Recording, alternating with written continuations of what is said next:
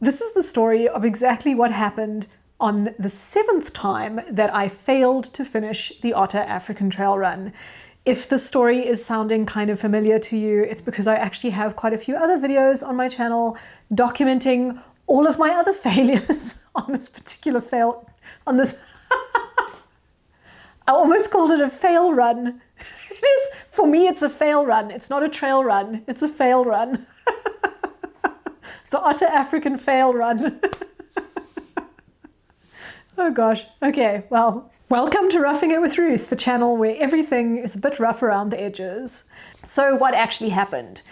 Well, we arrived at the race village and registered, and it was a very nice atmosphere. All the regular people were there, as well as a whole lot of new faces. I even met some people who watch my channel. So if you're watching this video, then you know who you are, and hi again. Thank you so much for watching my videos.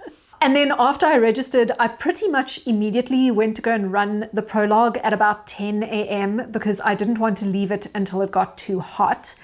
And I am glad that I did that. And the prologue actually went fairly well.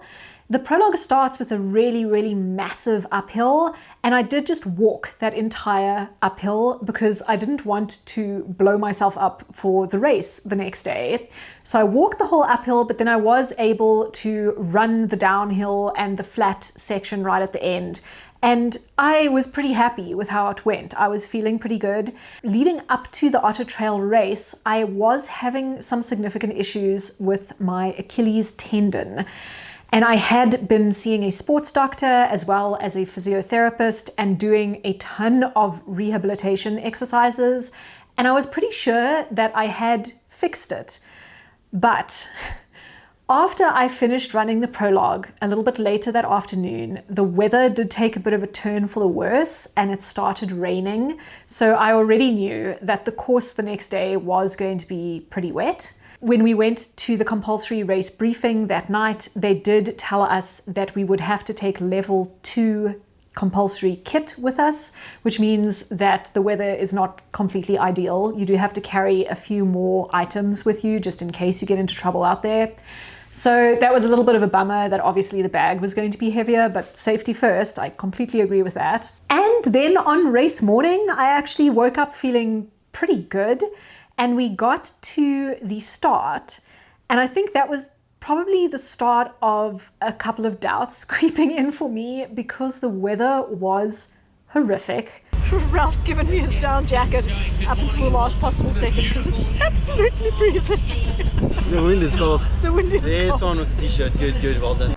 And luckily, right at the point where they started sending the runners off, the weather actually cleared up a little bit and it did stop raining. So as I was waiting in the start chute for my batch to be sent off, I did actually remove my rain jacket because I realized that without the rain and the wind, I was going to overheat way too quickly. Those rocks were incredibly slippery.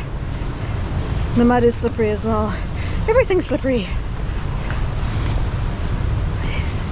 Guano Cave. Haven't even done 3 kilometers yet, and it's so slippery, going so slowly. It's also easy to lose the path, despite the mud trail from the people who've gone ahead of me. Okay, it's this way. I've just reached the Grail River waterfall. Should probably just mention at this point that I'm not like a good trail runner. I'm very, very slow. It took me 48 minutes to get to the Grail River waterfall. So really flirting with the cutoffs already. And unfortunately, on these slippery sea rocks, took quite a major slip, which has not made my Achilles tendon feel great. But I'm hoping if it warms up a bit, it'll get better. Currently got that song from, I think it's Memphis Mayfire, running through my head with every step I take. I know I'll fall again, but I'll keep moving. I won't stop till I reach the end. Yeah, I'll keep moving when I think I'm about to break.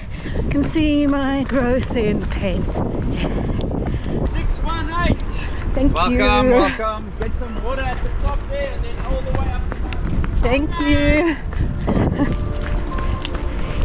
Well, went past the first checkpoint at Ngubu Hut and I didn't get cut off, which is good, but I know that the cut-off times they measure from the very last start time at 6:30, so I kind of artificially have a little bit of extra time because of starting at 16 minutes past 6.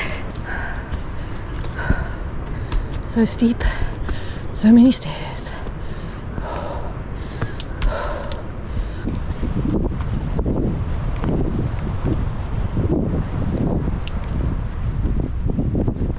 The ground is so nice and flat, but it's also absolutely riddled with tree roots, and all tree roots are super slippery from the rain.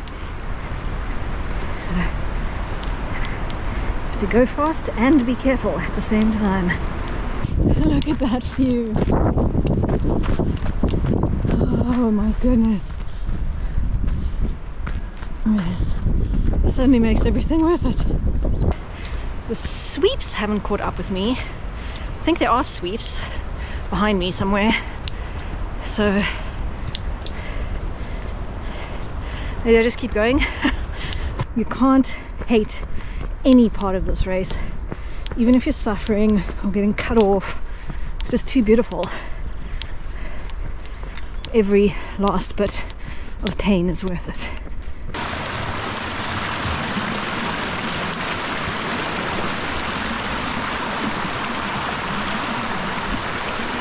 Right, the first river crossing of the Kleinbos River is done.